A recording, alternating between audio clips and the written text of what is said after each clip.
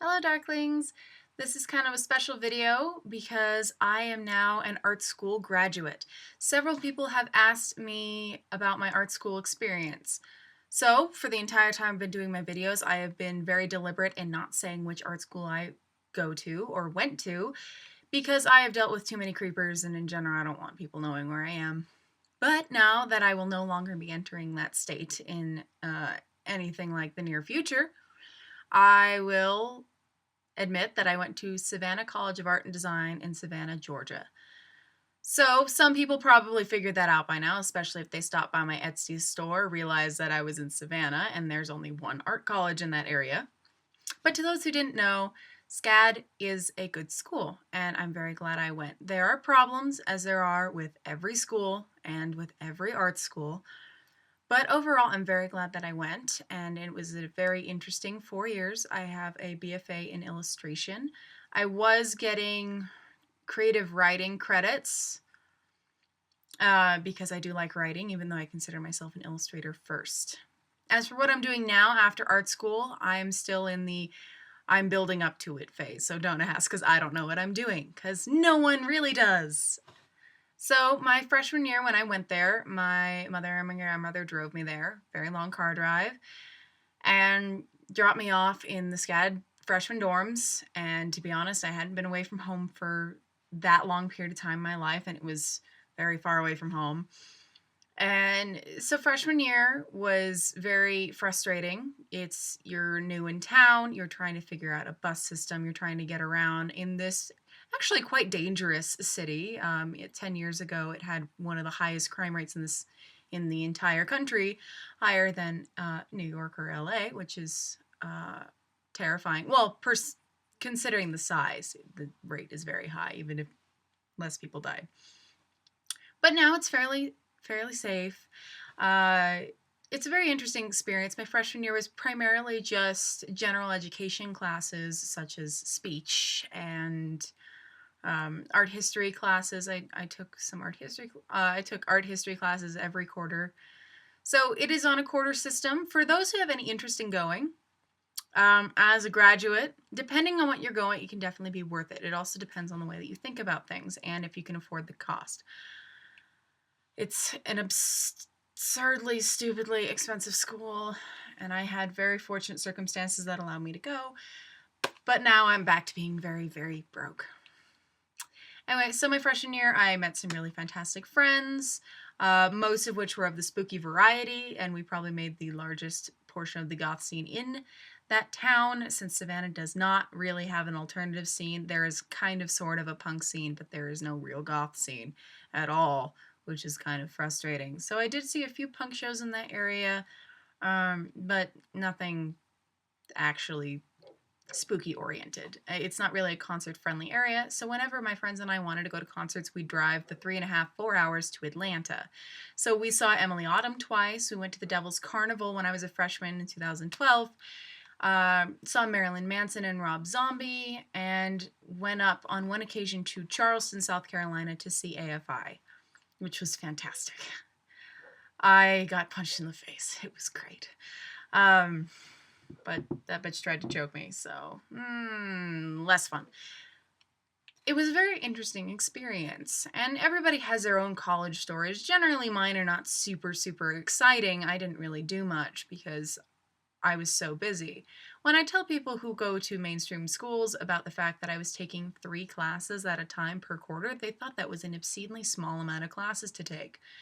But there's so much homework and so much work attached to those classes that 3 classes sometimes seems like 3 too many. And I've definitely had terms where there would be a very large class load from one class, and it was just sort of, I have 2 other classes here, you gotta work with me.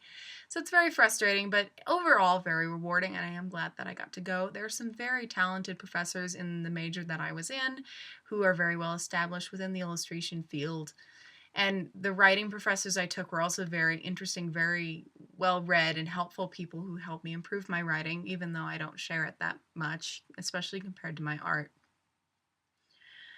I am glad that I went. And several of my friends went into some very interesting majors, but every major is different. Every major has pros and cons. For example, one of my friends was in production design with a focus on costume, and I know she definitely got her money's worth. She put in a lot of production hours, worked on multiple school plays, had plenty of recommendations, and it's definitely working for the long term for her.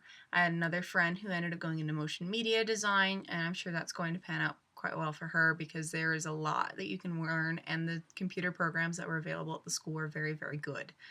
My major, illustration, is the second largest at that school, and it was kind of sort of mistreated by the school itself. It's like they didn't understand that this is the second largest major, so they decided to kind of treat it like it was much smaller than it was by finally giving us a building that was the right size and then putting sequential art students in with us when they don't like each other. So that was kind of weird. I definitely had a lot of really good classes. I did, for illustration classes, I had editorial illustration, book illustration, advertising illustration, acrylic techniques for illustration, the portrait for illustration. These are all just classes I've taken within the past year. So my freshman and sophomore years, I was living in the dorms and had a roommate sharing the room, and the dorms for SCAD are converted motels. So they're a little bit creepy, have cockroaches, and are all haunted because that entire city is made out of ghosts. Oh well, that's what you get for having hundreds upon hundreds of dead people buried everywhere. It's kind of terrifying if you're a little sensitive. But my junior year, 3 of my friends went with me. We ended up having an apartment, which was not a good deal. We found a homeless person living underneath our kitchen.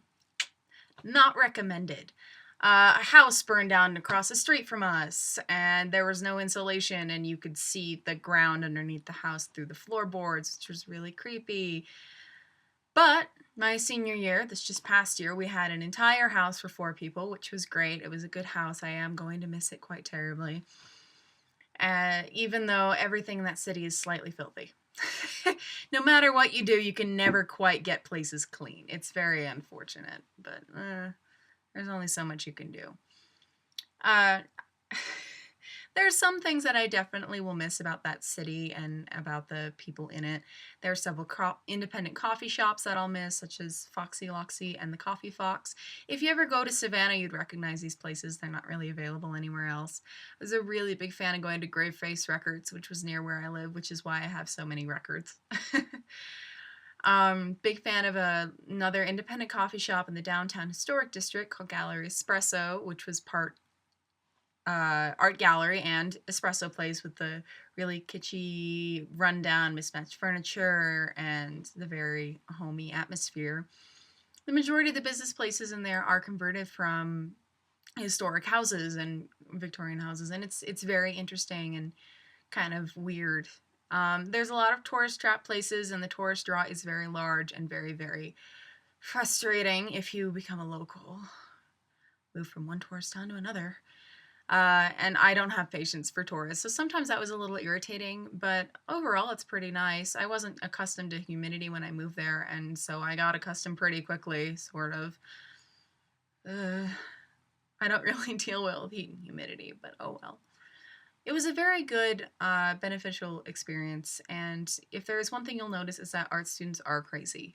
And they're overworked and overtired and very stressed, but they're there because they want to be there. One of the things that would consistently happen every year is approximately 1/3 of the freshman population would drop off after the fall quarter because they'd go there and realize that art school is actually work, which is strange because they figured that art school would be for partying and you could just go and do whatever you wanted because it's art school. Then you realize that it's a kind of trade school and you are there for a reason. You are there because you want to be there. And if you don't want to be there, you're not going to succeed at what you're doing. You have to be passionate about the things that you're there for. Which is why I'm very glad that I had this ability to draw and really had the drive to do it, because it kind of gave me this nice sense of place and drive of what I wanted to do, which was to study art and do something with it.